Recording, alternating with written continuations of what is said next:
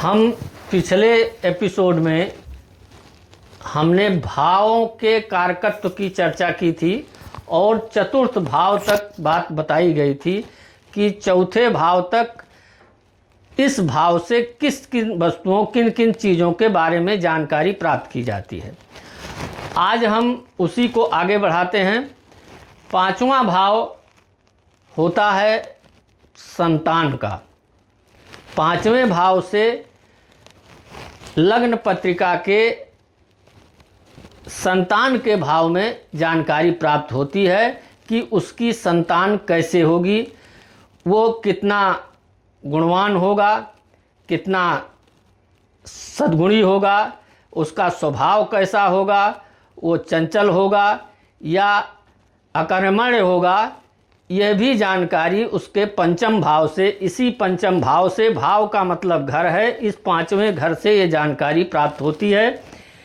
इसके साथ ही साथ पंचम भाव से ही जातक की शिक्षा की भी जानकारी हमें प्राप्त होती है कि वो उसका एजुकेशन कितना होगा या वो किस क्षेत्र में प्रगति कर सकता है, कौन सी एजुकेशन ग्रहण करे जो उसके लिए लाभदायी होगी, जो उसको सूट करेगी। तो पांचवा भाव संतान का हुआ, शिक्षा का हुआ और इसी के साथ साथ लव अफेयर की भी जानकारी इसी खाने को देख के की जाती है।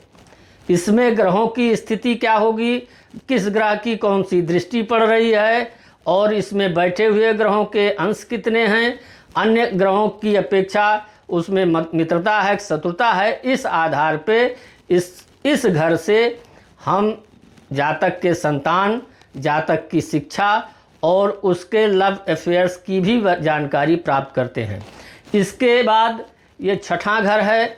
छठा घर सामान्य तौर पे अच्छा नहीं माना जाता है, इसे बुरा घर कहते हैं, खराब घर कहते हैं।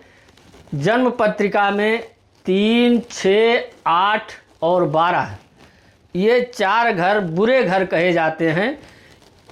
तीसरे में परिश्रम करना पड़ता है, इसलिए बुरा घर कहा जाता है। छठवां अभी मैं बताऊंगा क्यों कहा जाता है। 8वां मृत्यु का घर होता है, आयु का घर होता है और 12वां व्यय का घर होता है, इसलिए इन घरों को अच्छा नहीं माना जाता है। हम छठे पे आते हैं। छठा घर या इस घर से हमें रोग, जातक को कौन कौन सी बीमारी हो सकती है, जातक के शत्रु कौन कौन से हो सकते हैं, कितने बलशाली होंगे, कितने कमज़ोर होंगे और वह जातक अपने जीवन में धनी होगा या उसे ऋण लेना पड़ेगा, ऋण ग्रस्तता में वो कितना ऋण लेगा, उसे चुका पाएगा कि नहीं चुका पाएगा, इस स्थिति का आकलन इस छठे भाव से या छठे घर से किया जाता है। सातवां घर पार्टनरशिप का है। पार्टनरशिप से हमारा मतलब है कि यदि जन्मपत्री या लग्न पत्रिका लड़के की है यानी पुरुष की है तो उसके पार्टनर यानी उसके पत्नी के भाव है ये, और यदि वो जन्मपत्रिका लड़की की है या महिला की है तो उसके 7वां भाव उसके पति का होगा, उसके बारे में जानकारी प्राप्त की जाएगी। पार्टनरशिप मतलब कि पति या पत्नी के बारे में जानकारी प्राप्त होगी, वो कैसी होगी, उससे कितनी बनेगी, क्या नहीं बनेगी, इन स्थितियों की जानकारी 7वें भाव से होती है। इसके साथ ही साथ चूंकि यह घर पार्टनरशिप का है तो जातक पार्टनरशिप में अगर कोई कार्य करता है, व्यवसाय करता है, व्यापार करता है तो वह कैसा होगा, अच्छा चलेगा या नहीं चलेगा या आपस में लड़ाई हो जाएगी, इस बात को भी जानने के लिए 7वें घर में स्थित ग्रहों की जानकारी से हमें ये जानकारी प्राप्त होती है। इसके बाद 8वां घर आता है। 8वां घर हमने बताया कि अच्छा नहीं माना जाता है। 8वां घर आयु से संबंधित है। जब आयु देखी जाती है कि जातक की कितनी आयु होगी तो इस घर को देखते हैं, 8वें भाव को देखते हैं। इससे मृत्यु की भी जानकारी मिलती है। आयु उसकी कितनी लंबी है या छोटी है, यह जानकारी प्राप्त होती है। इस आयु के साथ साथ चूँकि यह मृत्यु का घर है इसीलिए इसे खराब घर कहा जाता है। और आयु क्षीण है या उम्रदराज है, यह जानकारी प्राप्त होती है, इसलिए इस घर को अच्छा नहीं मानते। इसके साथ ही साथ 8वें घर से अध्यात्म की जानकारी मिलती है कि जातक जो है वो आध्यात्मिक होगा या नहीं होगा, जातक में कुछ ज्योतिषीय गुण होंगे या नहीं होंगे, वह भी इसी 8वें घर के 8वें भाव से इसकी भी जानकारी प्राप्त की जाती है। स्पिरिचुअलिटी जिसे अंग्रेजी में हम कहें, उसकी जानकारी 8वें भाव से की जाती है। वो धार्मिक प्रवृत्ति का है, आध्यात्मिक प्रवृत्ति का है या नहीं है, या उसकी ब्रह्म ईश्वर आदि में कोई आस्था होगी या नहीं होगी, इसकी जानकारी इस 8वें भाव से की जाती है। 9वां भाव बहुत अच्छा भाव माना जाता है। जैसे हमने बताया अभी कि 3, 6, 8 और 12 ये भाव अच्छे नहीं माने जाते हैं, खराब घर कहे जाते हैं। उसी तरह से 3 घर ऐसे हैं जो अच्छे घर कहे जाते हैं, जिसमें पहला घर, 5वां घर और 9वां घर ये जन्मपत्री में अच्छे घर कहे जाते हैं। ये शुभ परिणाम देने वाले होते हैं। इन घरों में यदि अच्छे ग्रह बैठ जाते हैं तो वह ग्रह योग कारक हो जाते हैं। 9वां भाव की मैं चर्चा कर रहा था।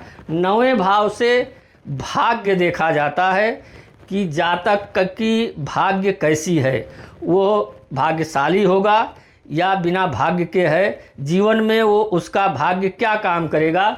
दरअसल ये प्रारब्ध परिणाम देता है। 9वां घर से हम ये जानकारी प्राप्त करते हैं कि जातक के प्रारब्ध कैसे रहे हैं और उसी के आधार पे उसका भाग्य निर्धारित किया जाता है, वो भाग्यवान होगा या भाग्यहीन होगा।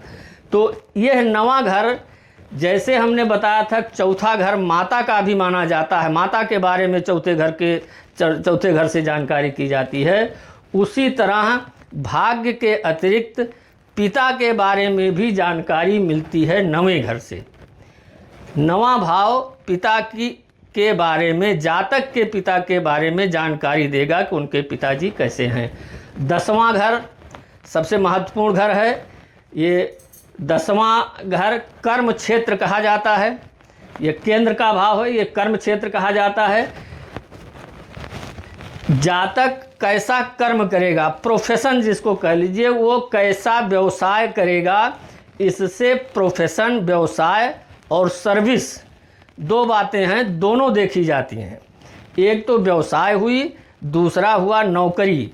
तो इस 10वें भाव से जातक के कर्म क्षेत्र का ज्ञान प्राप्त होता है। इससे नौकरी भी देखी जाती, उससे व्यापार भी देखा जाता है। एक चीज़ और यहाँ रह गया था, 6ठे भाव में, 6ठा भाव भी नौकरी का कारक होता है, जॉब का कारक होता है।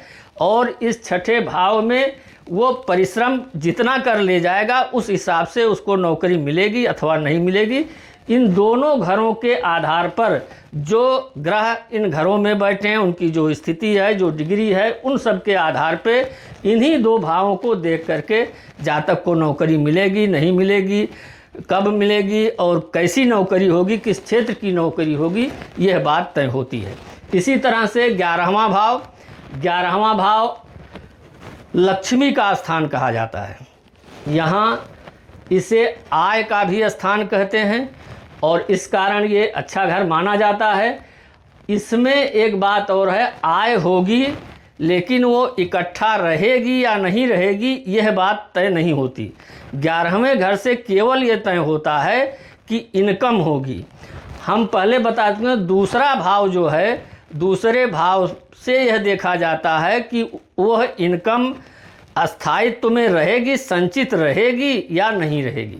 लेकिन इनकम जो होगी वो 11वें भाव से देखी जाएगी। और 11वां भाव लक्ष्मी का भी है, इसे अच्छा भाव माना जाता है। 12वां भाव अच्छा घर नहीं माना जाता है। 12वें भाव को व्यय भाव भी कहते हैं, दूसरा नाम है। इस घर से यहाँ 11वें भाव से तो आय होती है, लेकिन 12वें भाव से व्यय देखा जाता है, यहाँ खर्चा देखा जाता है। 12वां भाव में यदि इसी 12वें भाव से विदेश जाना, विदेश का यात्रा करना और विदेश में व्यापार करना, यह भी इसी 12वें भाव से तय होता है। इस 12वें भाव में यदि कभी केतु हो गया तो वो अचानक से अपार संपत्ति दे देता है, ये भी बात बताई जाती है। आज हम 5वें भाव से लेकर के 12वें भाव तक की चर्चा किए हैं। इसकी चर्चा 1 से 4 तक की पहले एपिसोड में किए थे। अब आगे की चर्चा हम अगले अपने एपिसोड में करेंगे। और अब इसके पहले आपसे ये अनुरोध है कि हमारे इस वेदांता एस्ट्रो एंड को चैनल को लाइक करें, शेयर करें और सब्सक्राइब करना ना भूलें।